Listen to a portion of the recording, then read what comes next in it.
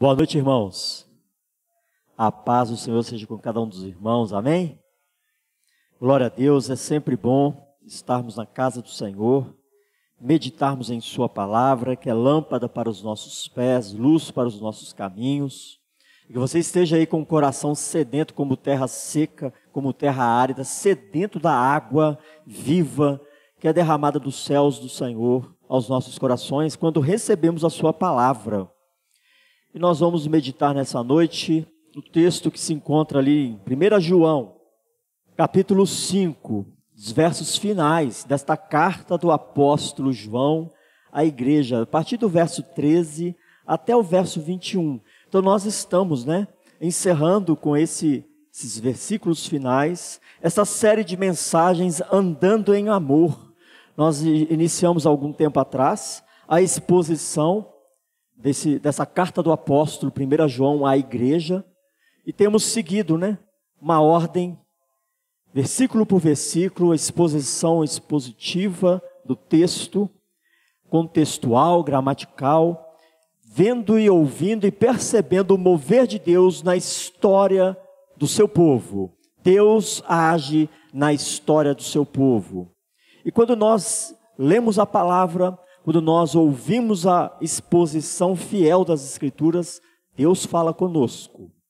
Que você esteja com seus olhos atentos e com seus ouvidos abertos para ouvir a ministração do Senhor nessa noite. Antes de lermos o texto, você nunca viu em uma mensagem alguém falar do propósito do texto antes mesmo de ler o texto. Mas eu quero relembrar aos irmãos que quando João escreveu a carta à igreja, a igreja estava passando por um momento de turbulência teológica. Havia no meio da igreja falsos mestres e falsos profetas que estavam se levantando e deturpando o evangelho de Cristo dentro da igreja do Senhor. Pregadores itinerantes, pessoas que saíram da própria igreja, pessoas que iam de casa em casa e iam ali pervertendo e distorcendo o evangelho de Cristo, fazendo uma espécie de sincretismo com o gnosticismo, que era muito forte naquela época, com a filosofia grega, que também era muito forte naquela época.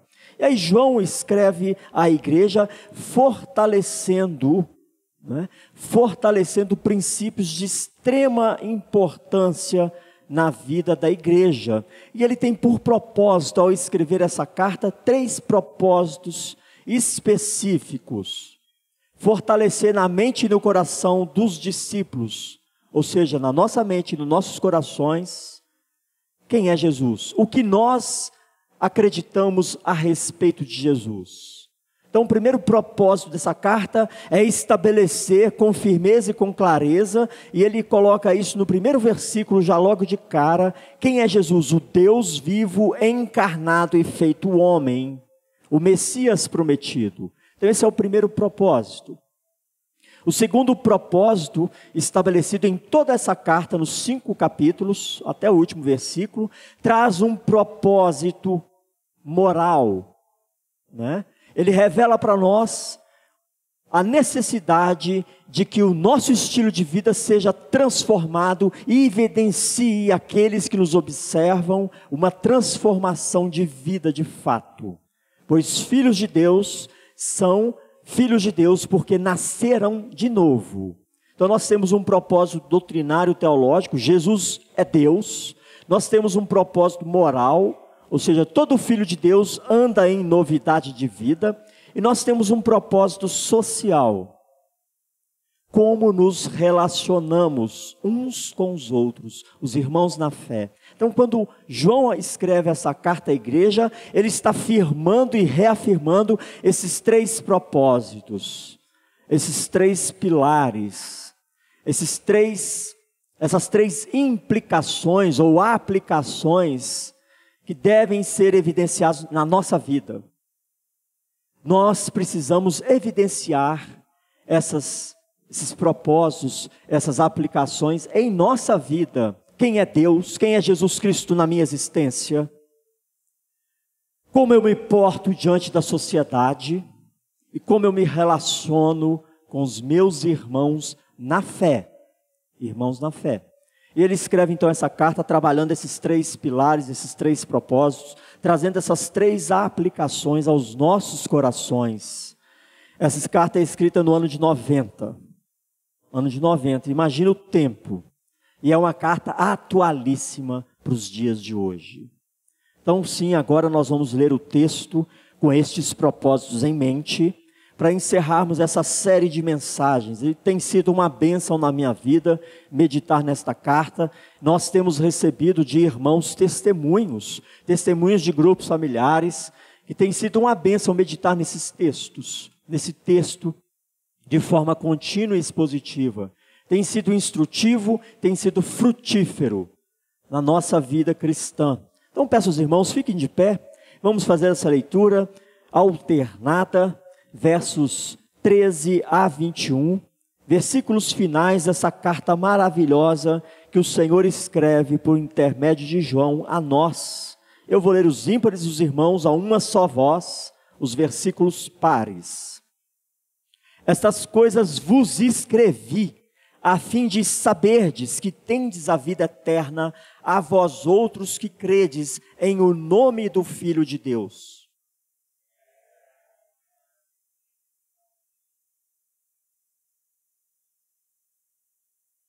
E, se sabemos que Ele nos ouve quanto ao que lhe pedimos, estamos certos de que obtemos os pedidos que lhe temos feito.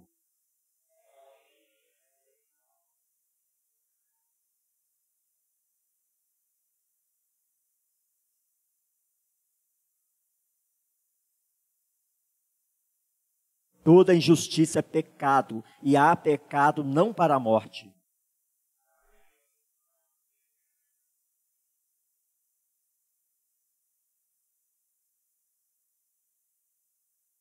Sabemos que somos de Deus e que o mundo inteiro jaz no maligno.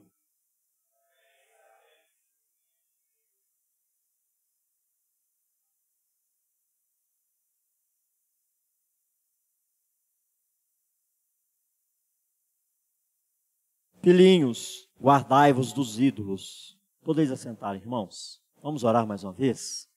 Ore mais uma vez. Peça ao Espírito Santo que ilumine o seu entendimento. O Espírito Santo é o autor da Bíblia, embora use instrumentos humanos.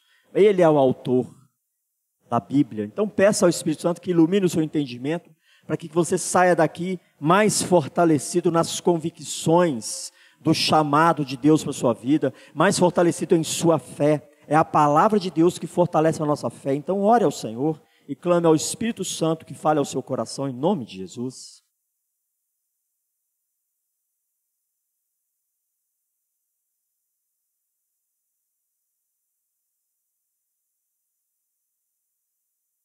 Pai, te louvamos pela tua palavra, te louvamos pelo amor e o cuidado que o Senhor tem para conosco, em deixar registrado a vontade do Senhor, em deixar registrado para a nossa instrução, a tua revelação. Nós te damos graças por isso e clamamos ao Senhor que teu Espírito Santo, em nome de Jesus, toque em nossas mentes, toque em nossos corações, levando cativo todo o pensamento em obediência à tua palavra, nos dando, ó Pai, convicções profundas, convicções, ó Pai, do teu chamado, da tua vontade para as nossas vidas, e que saiamos daqui de uma forma totalmente diferente da forma que entramos, saiamos daqui mais dispostos, mais avivados no Senhor, mais, ó Pai, fortalecidos no Senhor, para vivermos a vida que o Senhor espera que nós vivamos, para louvor e glória do Senhor, nesse mundo que jaz o maligno. Pai, fortalece-nos, conduza-nos, ó Pai, que a Tua palavra fale profundamente em cada coração, e que possamos viver para a Tua glória,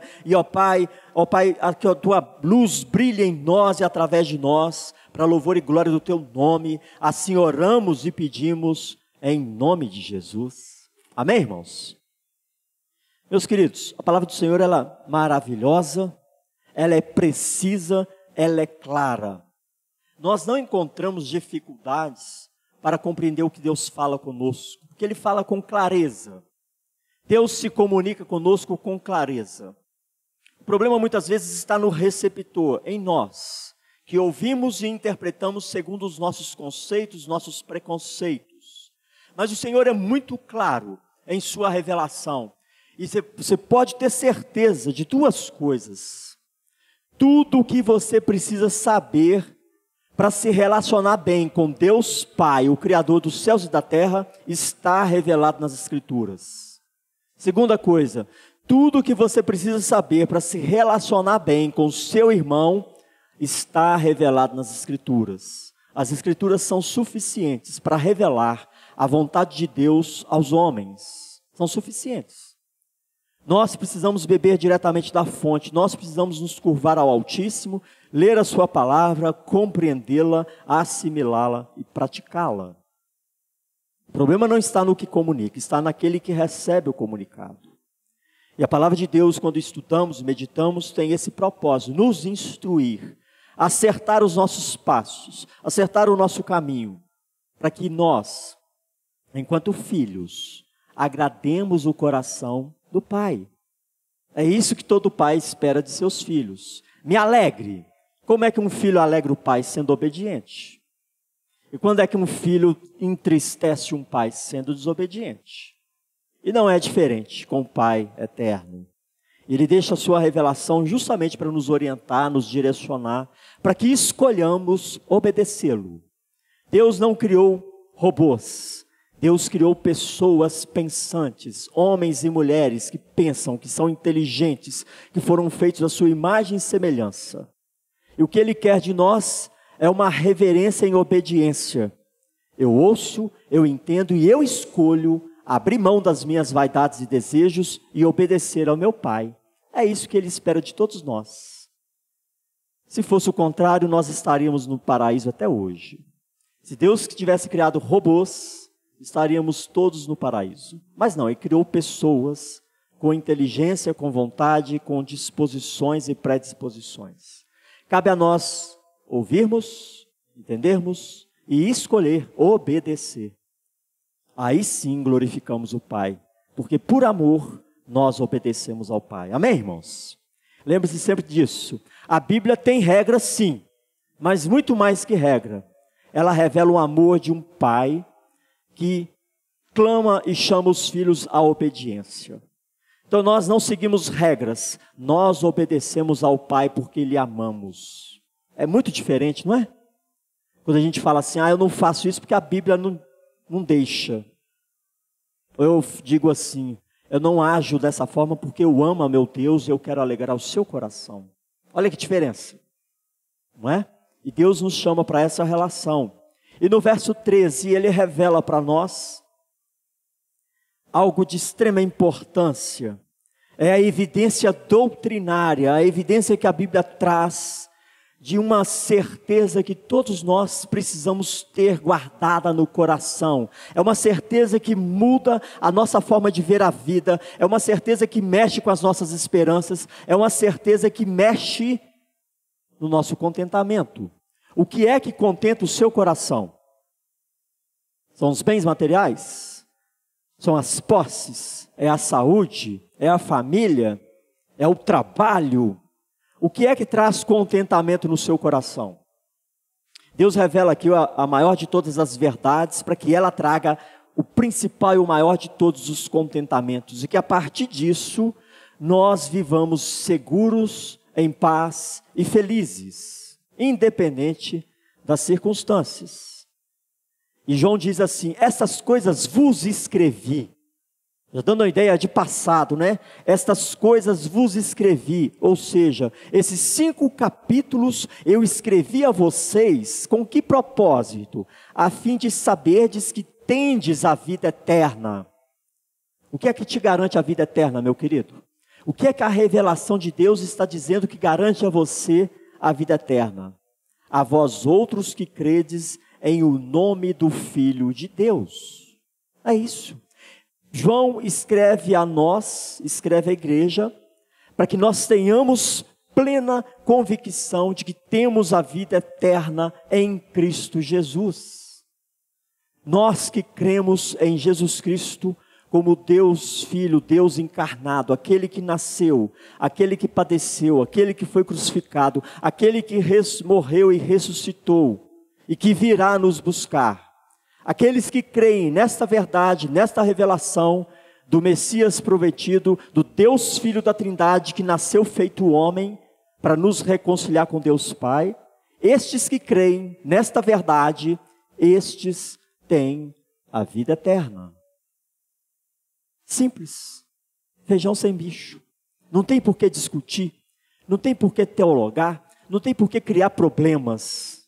Aqueles que creem em Jesus Cristo como seu único e suficiente Salvador, estes possuem a vida eterna. E ele está dizendo isso com todas as letras, porque, como disse na introdução, haviam falsos mestres pervertendo o Evangelho de Cristo e dizendo que Jesus Cristo não era Deus. De repente, na linguagem de alguns vagabundos modernos, Jesus Cristo é um travesti. Ou Jesus Cristo é uma pessoa, é um personagem histórico. Ele não é Deus. E João está afirmando, aqueles que creem em Jesus Cristo, que é Deus, estes têm a vida eterna. Ou seja, essa verdade é combatida nos dias de hoje, e nós muitas vezes não percebemos como isso abala a fé. Como isso rouba a alegria e rouba a esperança daqueles que creem. Então João está com todas as letras dizendo isso. A fim de saberdes que tendes a vida eterna, a vós outros que credes em o nome do Filho de Deus. E é por isso que nós estamos aqui nessa noite, porque nós cremos em o nome do Filho de Deus. É por isso que nós viemos aqui pontualmente louvar e adorar o Rei dos Reis, porque nós sabemos que em Cristo nós temos livre acesso a Deus Pai. Por isso que nós estamos aqui nessa noite ouvindo a sua mensagem, porque nós cremos em o nome do Filho de Deus. E quando nós temos essa crença de quem é Jesus Cristo, o nosso Senhor e Salvador, isso muda tudo. Muda a nossa perspectiva de vida, muda a nossa forma de enxergar as coisas, muda a nossa forma de lidar com os problemas, e precisa mudar. Como você tem reagido às suas dificuldades? Você tem percebido que nas suas lutas e dificuldades é uma oportunidade incrível para que você glorifique Jesus Cristo? Ou você tem reagido às lutas e dificuldades com lamúria, com pesar, com tristeza, com derrota? As lutas e as dificuldades, os atropelos dessa vida, as dificuldades que a vida apresenta, até mesmo falsos mestres, falsos profetas e esses monte de gente encapetada que vem falando contra o Evangelho de Cristo, que vem falando contra Jesus Cristo. Tudo isso é para que a luz de Cristo brilhe em nós e através de nós, por meio da nossa convicção de que Jesus Cristo é Deus. Jesus Cristo é o Senhor. Jesus Cristo é o Salvador. Tudo isso são oportunidades para que nós brilhemos a luz de Cristo. Mas como temos reagido diante das dificuldades, diante aos desafios? Brilhando a luz de Cristo ou abatidos, derrotados, entristecidos, descontentes, injuriados? Como pode acontecer isso comigo, que sou um dizimista fiel? Não dou mais o dízimo. Como nós temos reagido? Então João escreve à igreja para que nós saibamos que nós temos a vida eterna, porque nós cremos no nome do Filho de Deus. Você tem, você ainda não vai ter, você tem, nós temos. Maior motivo de nossa alegria, de nossa esperança, de nosso contentamento, é sabermos que essa vida não se limita ao tempo que nós estamos aqui. Vai muito além, é para a eternidade. É para a eternidade. Isso precisa refletir na forma como lidamos e relacionamos com Deus Pai. Como é que a certeza e a convicção dessa verdade, que você tem a vida eterna, tem refletido na sua relação com Deus Pai? Tem refletido na sua vida de oração? Você se achega a Deus com confiança, com segurança ou com medo, com insegurança ou com dúvida? Será que ele está ouvindo? Como é que você se achega a Deus? A forma como nos aproximamos de Deus em oração é reflexo de como nós cremos nessa verdade revelada no verso 13 e em toda a carta de João. Quem é Jesus Cristo para você? quem é Jesus Cristo na sua vida. Isso reflete na forma como nos dirigimos a Deus Pai em oração, com segurança, com confiança ou com medo, com dúvida, cheio de temores. Uma criança, quando chega para o pai, normalmente para pedir as coisas, não chega com dúvidas, não chega com medo. Chega para o pai, conversa e pede com confiança, com perseverança. Não é? Por isso que Jesus disse que nós devemos ser como crianças.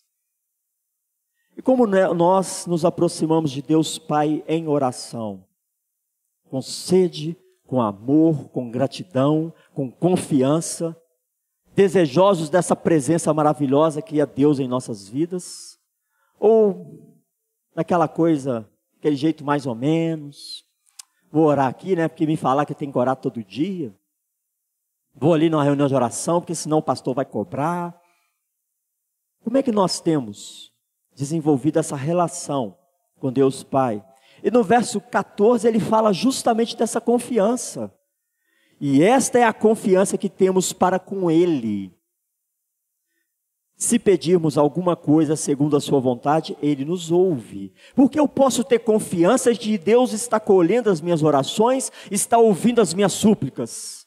Porque Ele é Pai, nós somos filhos. E esta é a confiança que temos para com Ele. Nós não nos dirigimos a um estranho, nós nos dirigimos a um Pai. Aquele que entregou Jesus Cristo para nos reconciliar, nos resgatar. Não foi qualquer entrega, não é qualquer relação. Deus nos amou de tal forma que entrega o seu Filho, feito a mesma substância e poder, para nos reconciliar com Ele. Isso precisa refletir na nossa comunhão, quando nos dirigimos a Deus Pai em oração, com confiança, com gratidão, com amor, desejosos de sua presença. Porque Ele me resgatou, Ele me reconciliou. Não fui eu que fui até Ele, foi Ele que veio até mim e me resgatou das trevas e me trouxe para a luz, porque eu estava morto. Ele que trouxe nova vida em mim. Olha que coisa maravilhosa, que coisa linda. E nós podemos ter certeza de que Ele nos ouve. E orando segundo a sua vontade, além de nos ouvir, Ele corresponde, Ele responde, se oramos segundo a sua vontade. Quer ver um exemplo muito claro do que é orar segundo a vontade de Deus? Pensa aí, quantas pessoas tem na sua família? Eu espero que sua família seja grande, hein? Pelo menos mais um irmão. Imagina você orando ao Pai por um irmão que está pisando na bola. Essa oração é segundo a vontade do Pai? Claro que é. Deus quer ver os filhos todos caminhando adequadamente. Então uma oração que nós podemos e devemos fazer, que é segundo a vontade do Pai, é uma oração evangelística, por exemplo. Não é aquela oração egoísta, abençoa a minha vida, abençoa o meu trabalho. Não, Senhor, tem misericórdia daquele que está em trevas, daquele que ainda não conhece a Tua palavra. Me use como instrumento de transformação e de salvação para que vidas sejam alcançadas. Essa é a vontade de Deus. Quando oramos segundo a vontade de Deus, Ele nos usa, Ele cumpre por meio de nós a sua vontade. Mas quantas vezes fazemos orações assim? Não é? Segundo a vontade dEle. O propósito de Deus, ao enviar Jesus, foi resgatar os filhos perdidos. Essa é a vontade dEle. É a missão que foi dada para a igreja. Estamos orando segundo a sua vontade? O propósito de Deus é que andemos em santificação. Se você identifica uma área da sua vida que precisa ser consertada, se você ora, Ele vai te ouvir e Ele vai te capacitar para superar isso. Mas será que temos orado e buscado sinceramente santificação e transformação de vida? Ou quando fazemos uma oração de confissão de pecados, é aquela oração sem nenhum arrependimento, só para cumprir um protocolo litúrgico. Percebe? Orar segundo a sua vontade.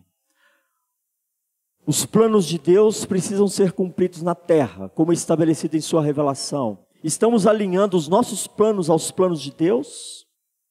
Orar segundo a sua vontade. Ainda que oremos que não sendo segundo a sua vontade, Ele nos ouve. A questão toda é a resposta, se Ele vai corresponder ou não. Mas Ele sempre ouve a oração de seus filhos. E ele continua dizendo, no verso 15: e se sabemos que ele nos ouve quanto ao que lhe pedimos, estamos certos de que obtemos os pedidos que lhe temos feito. Meus queridos irmãos, Deus Pai é galardoador daqueles que o buscam e o temem. Ele é galardoador. E quando ele cita isso aqui no verso 15, ele está nos lembrando desse Deus que é galardoador, daqueles que o buscam e o temem. E nós, enquanto filhos, devemos e podemos buscar o Pai, apresentando as nossas súplicas, apresentando as nossas orações de intercessão, apresentando as causas, segundo sua vontade e seus propósitos, e podemos ter certeza de que Ele está ouvindo, de que as orações que são segundo a sua vontade, Ele estará correspondendo, do jeito dEle e no tempo dEle. E em sequência, o apóstolo faz uma menção de algo interessante no verso 16. Se alguém vir o irmão cometer pecado, não para a morte. Olha para o lado aí. Olha para o lado, esse irmão. Pode ser que seja esse aí. Tomara que não. Se alguém vir o irmão cometer pecado, lembra que ele está falando de irmãos e não de ímpios. Se alguém vir o irmão cometer pecado que não seja para a morte, pedirá e Deus lhe dará vida. Porque o pecado, ele quebra a comunhão. E muitas vezes nós percebemos o pecado do irmão, ao invés de clamar ao Senhor, tem misericórdia, toca naquele coração, traga arrependimento. Sabe o que a gente faz? Duas coisas interessantes que acontecem com o pecado do crente. Ele envergonha a igreja, né? O pecado do crente envergonha a igreja, e os outros crentes propagam a vergonha. Perceberam isso? O pecado do crente envergonha a igreja e os outros crentes vão propagando essa vergonha. Ao invés de falar do pecado do irmão, ao invés de divulgar aquela vergonha, ao invés de ficar escandalizado e puxando o cabelo da cabeça e criando celeuma nas redes sociais ou no meio do povo de Deus, ou na rodinha da amizade, ou nas festinhas, que sempre é ponto disso, né? De falar da vida do outro. Ao invés de fazer isso, o que a Bíblia manda? Ore e peça a Deus que Ele dê vida ao pecador. E se não for um pecado para a morte, Deus trará vida. O pecado do irmão não é para ser comentado, não é só para ser propagado, divulgado aos quatro cantos sociais. É para orar. Senhor, tem misericórdia do fulano, toca no coração, traga arrependimento. E mais, me usa como instrumento do seu amor para ajudar aquele irmão. Não é para apontar o dedo, não é para criticar, não é para divulgar o pecado. Não é para aumentar o escândalo, não é para aumentar a vergonha de Cristo. Porque quando pecamos, nós envergonhamos a Cristo e o seu evangelho. E quando nós propagamos o pecado do outro, nós estamos aumentando essa vergonha. E ele fala, com todas as letras, pedirá e Deus lhe dará vida. Então, irmãos, se a família está pisando na bola, peça, Senhor, tenha misericórdia e traga vida, porque ali tem morte, ali houve quebra de comunhão, porque o pecado do crente faz isso, quebra a comunhão que tem com o Pai, traz esfriamento, traz medo, traz dúvida, traz insegurança. O pecado faz isso em nós. Se você percebe o irmão da fé em pecado, não critique, não divulgue, não se escandalize, ore e peça para que Deus restaure a vida naquele coração. E seja um instrumento de Deus para restaurar aquela pessoa. Percebe? Que coisa linda. Por que isso? Queridos, nós somos uma família só. Nós somos um povo só. Se você não cuidar de mim, quem vai cuidar? Se eu não cuidar de você, quem vai cuidar? Se você não ama a sua própria carne, quem vai amar? É assim que Deus nos chama, um só corpo. Nós somos carne do mesmo corpo. Você tem cuidado da sua carne? Do seu irmão da fé? Você tem orado? Você tem abençoado? Você tem sido um instrumento de amoestação em amor? Ou você tem só colaborado com o pecado? Só divulgado o pecado? Só propagado a vergonha de Cristo? Quando a família está em pecado, Deus Pai é envergonhado. Percebe a atitude? Simples. Ele fala de pecado não para a morte. E diz assim, e por esse, não digo que rogue. Olha que coisa esquisita, né? João falando assim, ó, por esse pecado para a morte não precisa nem orar. O que ele quer dizer com isso? Nós não precisamos ficar debatendo o que é esse pecado não para a morte, ou o que é um pecado para a morte. A gente não precisa criar um debate teológico para entender o que é um pecado para a morte. A Bíblia revela que o pecado para a morte é o pecado da blasfêmia contra o Espírito Santo. E no contexto da carta, o que se passava no meio daquela igreja? Pessoas estavam deturpando o Evangelho de Cristo e dizendo que Jesus Cristo não é Deus, levando pessoas à apostasia, a negar a Jesus Cristo. Esse é um pecado para a morte. Negar a Jesus Cristo é um pecado para a morte. Blasfemar contra o Espírito Santo é um pecado para a morte. Por esses, nem ore, porque não tem jeito. É isso que ele está dizendo. Por esses que estão se levantando contra Cristo, não precisa nem orar, porque eles já estão condenados. É nesse contexto que ele coloca essa observação. Por esse não digo que rogue. São pessoas que já estão debaixo da sentença condenatória de Deus. Pessoas que se levantam contra Cristo e seu Evangelho, pessoas que o negam e rechaçam a Jesus Cristo, pessoas que blasfemam contra o Espírito Santo. Não precisa nem orar por eles, porque já estão condenados. Você conhece pessoas assim? Pessoas que estavam em nosso meio e que hoje são blasfemadores do Espírito de Deus, pessoas que envergonham a Cristo, ao seu Evangelho, e não estão nem aí, a cara nem fica vermelha. Você conhece pessoas assim? O próprio apóstolo cita que na igreja havia pessoas assim. Salmo 1, verso 5 diz assim: por isso os perversos não prevalecerão no juízo, nem os pecadores na congregação dos justos. Aqueles que não nasceram de novo, mais cedo ou mais tarde, vão sair da congregação dos justos. Aqueles que não conheceram de fato e verdadeiramente a Cristo, mais cedo ou mais tarde, estarão blasfemando contra o Senhor, estarão envergonhando o Senhor, sem nenhum pingo de arrependimento. Então aqueles que se opõem a Cristo e o seu Evangelho, são esses que estão aí nessa esfera de pecado para a morte. E aí ele continua orientando a igreja que nós devemos orar, que nós devemos vigiar, que nós devemos cuidar uns dos outros com amor fraternal, porque no mundo jaz o maligno, e o maligno está aí para derrubar as pessoas, para enganar, para matar, roubar, destruir. E no verso 18 ele diz assim: sabemos que todo aquele que é nascido de Deus não vive em pecado. Antes, aquele que nasceu de Deus o guarda e o maligno não lhe toca. Dos versos 18 a 20, o apóstolo traz para nós três verdades de extrema importância.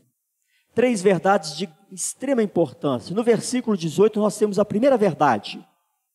Qual é a primeira verdade revelada no verso 18? Exercita a sua mente investigativa.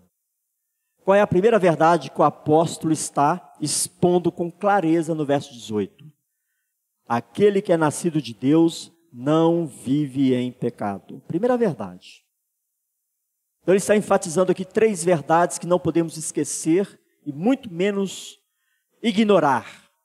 O crente não vive em pecado. Ele não está dizendo que o crente é perfeito. Ele não está dizendo que o crente não vai pecar. Ele está dizendo que o nascido de novo não vive em pecado. Ele está dizendo que nós precisamos viver de acordo com a nossa fé, de acordo com o Evangelho de Cristo. Nós precisamos viver em coerência com a nossa fé. E não segundo os rudimentos desse mundo. Segundo os rudimentos das vaidades desse mundo, das cobiças que nos cercam. O cristão não vive em pecado, porque ele não vive segundo os princípios sociais, não vive segundo os princípios culturais, ele não vive segundo as vaidades e cobiças dessa terra. Ele vive debaixo de princípios estabelecidos na palavra de Deus, princípios oriundos da Jerusalém celestial. Por isso, não podemos viver em pecado. Ainda que falhemos, ainda que escorreguemos. Porque não somos perfeitos. Aquele que é nascido de novo, não vive em pecado. E uma das principais desculpas para o pecado de muitos daqueles que dizem crer em Jesus Cristo, que se apresente como cristão, é apelar para a cultura. Apelar para o nada a ver. Tem nada a ver. Apelar para todo mundo faz. Queridos irmãos, nós não vivemos segundo os rudimentos desse mundo. Se o mundo está fazendo, não faça. Avalie. O que é isso aí? Está glorificando o Pai? Está indo contra os princípios estabelecidos nas Escrituras? Então estou fora, eu sou quadrado, eu sou careta, eu sou intransigente. Eu não tenho nada a ver com esse negócio aí. Isso aí não serve para mim. Nós não vivemos segundo os princípios desse mundo. A cultura, irmãos, é um produto do homem corrompido pelo pecado e entregue a Satanás. A cultura que nos cerca é moldada de acordo com os princípios do inferno, não com os princípios do reino de Cristo. E a gente vai lá, não é cultural, não tem nada a ver não. A minha cultura é da Jerusalém Celestial, é a sua. É de onde? Meu estilo de vida tem que estar de acordo com Jerusalém Celestial. E o seu, está de acordo com o Brasil? Está de acordo com as redes sociais? Os artistas da televisão? O seu vestuário imita quem? A sensualidade dos artistas? Ou a santidade que precisa ter um cristão?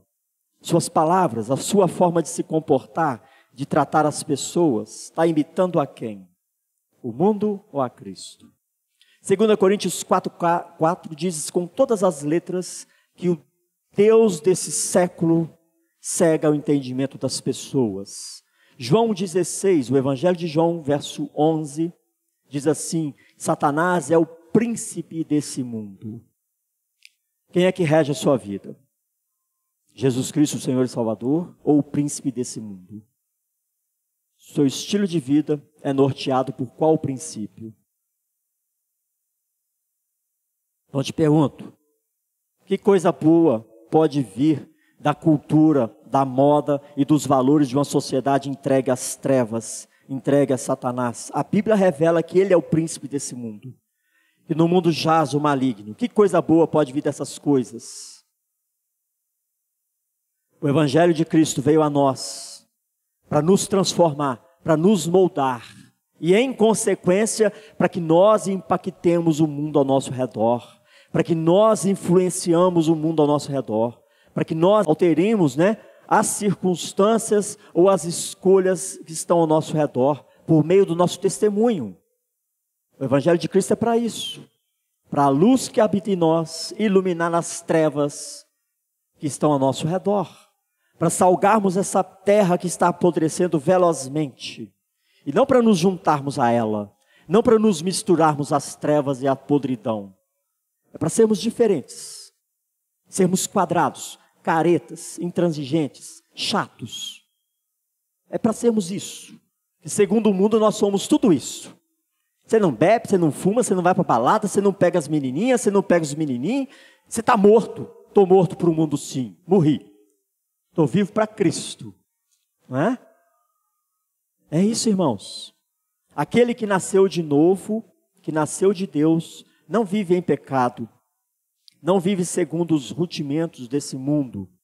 Essa é a primeira verdade estabelecida no verso 18.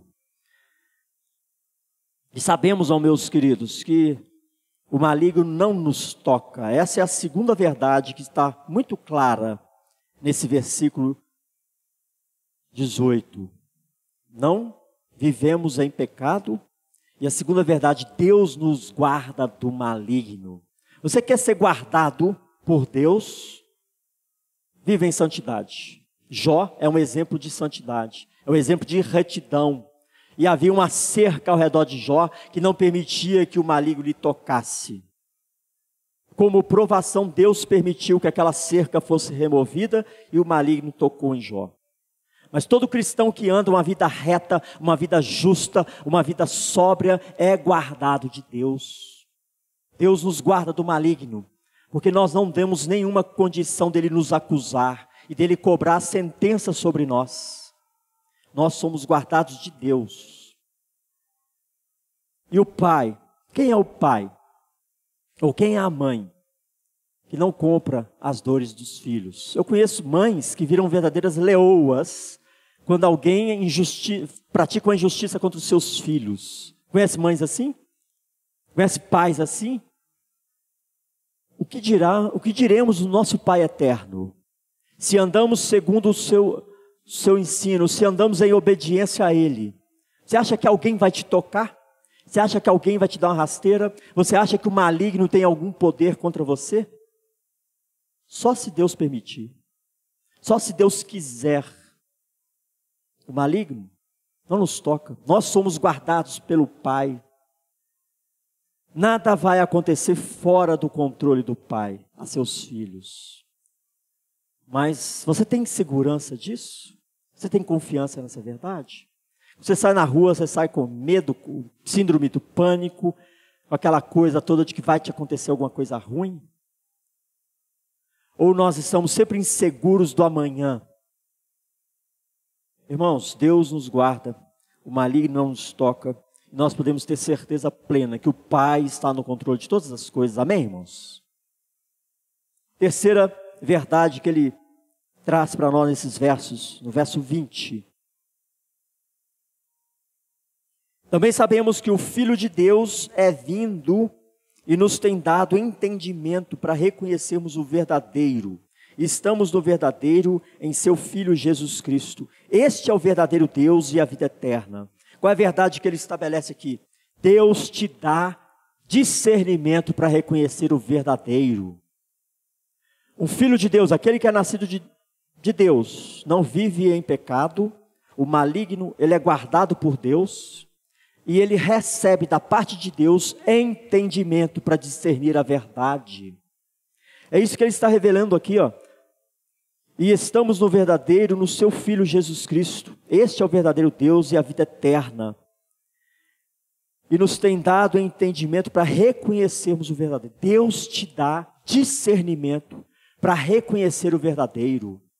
Nós temos a facilidade de ouvir e ver as coisas e discernir o certo do errado, a mentira da verdade, porque a palavra traz essa luz aos nossos olhos. O Senhor nos dá discernimento para discernirmos isso. Reconhecermos o verdadeiro, discernimos as obras do inimigo, discernimos as falácias de falsos mestres, porque o Senhor nos tem dado entendimento para discernirmos isso.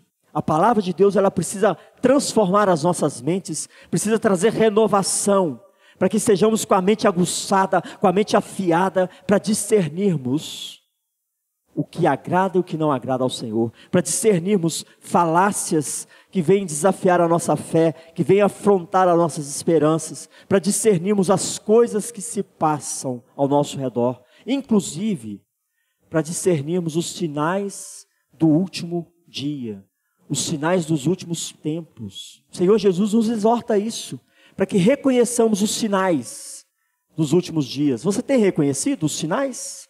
Ou você está de bobeira achando que tudo que está acontecendo por um acidente da natureza, um acidente cósmico? O esfriamento da fé, o esfriamento do amor, rumores de guerra, dificuldades, injustiças sociais, está acontecendo porque Deus perdeu o controle? Discirna os sinais dos tempos. Tenha discernimento, reconheça que está cada vez mais próximo à volta de Cristo. Os sinais estão se cumprindo e a igreja precisa discernir os sinais. Precisa estar atenta, porque Deus tem nos dado entendimento para isso. Você não é um qualquer. Você é um filho do Altíssimo, nascido de Deus. Então não fique abismado, não fique espantado, não fique escandalizado com as dificuldades da vida. Antes, reconheça os sinais, louve e glorifique a Deus. Louve e glorifique a Deus. Os sinais estão se cumprindo. E nós precisamos discerni-los, porque nós temos a verdade para isso. Nós não somos como qualquer pessoa que está desesperada por causa das dificuldades. Nós passamos lutas sim, mas temos a convicção que todas as lutas que estamos passando são frutos das escolhas do homem, do pecado do homem, e estão dentro do que Deus profetizou que aconteceria.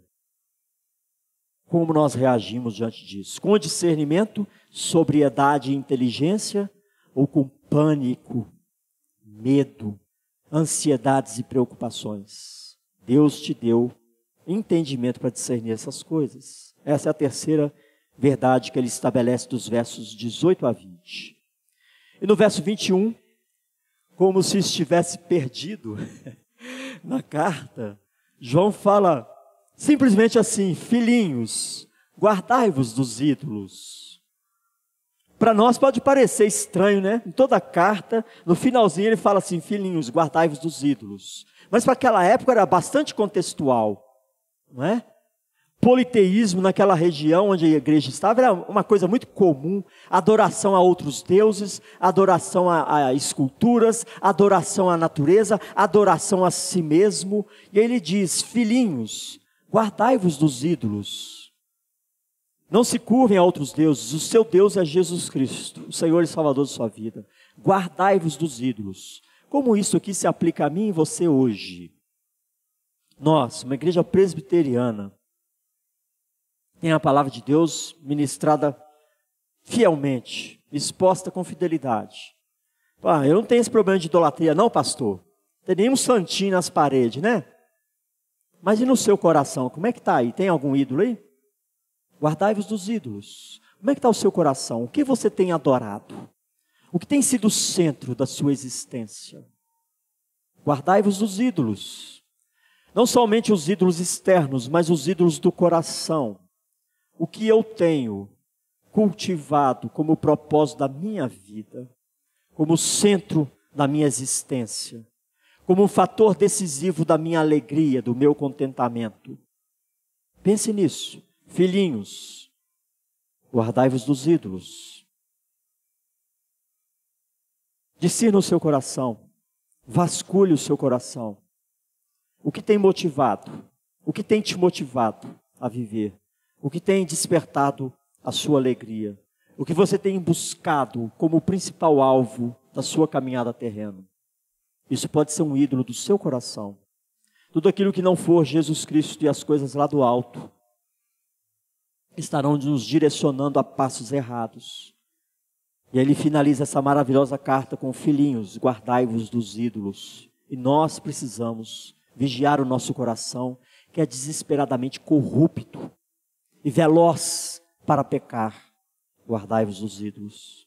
É a sua vaidade, o seu desejo de aumentar a sua estima, o seu consumismo por ter isso ou por ter aquilo, e se não tenho aquilo, a minha vida é uma miséria.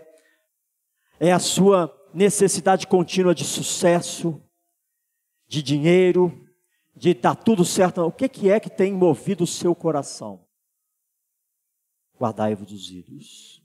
Irmãos, para concluirmos, nós precisamos lembrar que toda essa carta e esse texto que nós meditamos nessa noite traz para nós 3 implicações básicas. Implicação é uma coisa condicionada. Se você é filho de Deus, logo viva dessa forma. É uma implicação.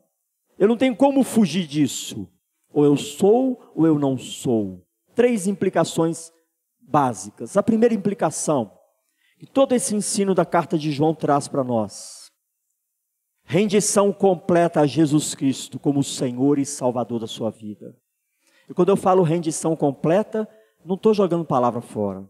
É rendição completa, é nos entregarmos totalmente ao senhorio de Cristo em todas as áreas do meu ser, de minha vida. Então, primeira implicação: se eu sou um nascido de Deus, rendição completa a Jesus Cristo como Senhor e Salvador. Segunda implicação: rendição completa a uma vida de santificação. Santificação para um cristão não é uma opção, é um estilo de vida. A compreensão da doutrina da eleição não traz sobre nós a impecabilidade. Eu não sou impecável. Nós pecamos. Mas, ou seja, o entendimento de que somos filhos traz para nós a sensação e o entendimento profundo de que não podemos viver na prática do pecado. Ou seja, entender que eu sou um filho, um chamado de Deus, não traz sobre mim a impecabilidade. Mas eu preciso entender que não condiz com o meu estilo de vida viver na prática do pecado. Eu não posso dizer, já estou salvo e vou viver a minha vida. Primeira condição ou implicação, minha vida é rendida a Jesus Cristo. Eu devo viver para a glória dele. Então, rendição completa a Jesus Cristo, rendição completa a uma vida de santificação, porque se escolhemos o pecado, nós afrontamos a Cristo. E rendição completa a uma comunhão sincera com os irmãos na fé. Terceira implicação, que nós estudamos ao longo desses 5 capítulos. Se eu sou nascido de Deus, eu preciso ter isso em minha mente. E isso precisa nortear a minha vida. Rendição completa a Jesus Cristo, rendição completa a uma vida de santificação e rendição completa à comunhão com os irmãos. Nós não temos a opção de dizer, me relaciono com a Adeci, mas não me relaciono com o Juninho. Me relaciono com o pastor Milton, mas não me relaciono com o pastor Felipe. Você não tem essa opção. Porque é uma implicação no seu estilo de vida enquanto um filho de Deus, se relacionar com o seu irmão na fé, amá-lo, ser suporte, ter uma comunhão fraternal. Porque é amando o irmão na fé que nós vamos demonstrar e testificar o nosso amor por Deus Pai. Amém, irmãos? Então feche seus olhos. Vamos orar mais uma vez.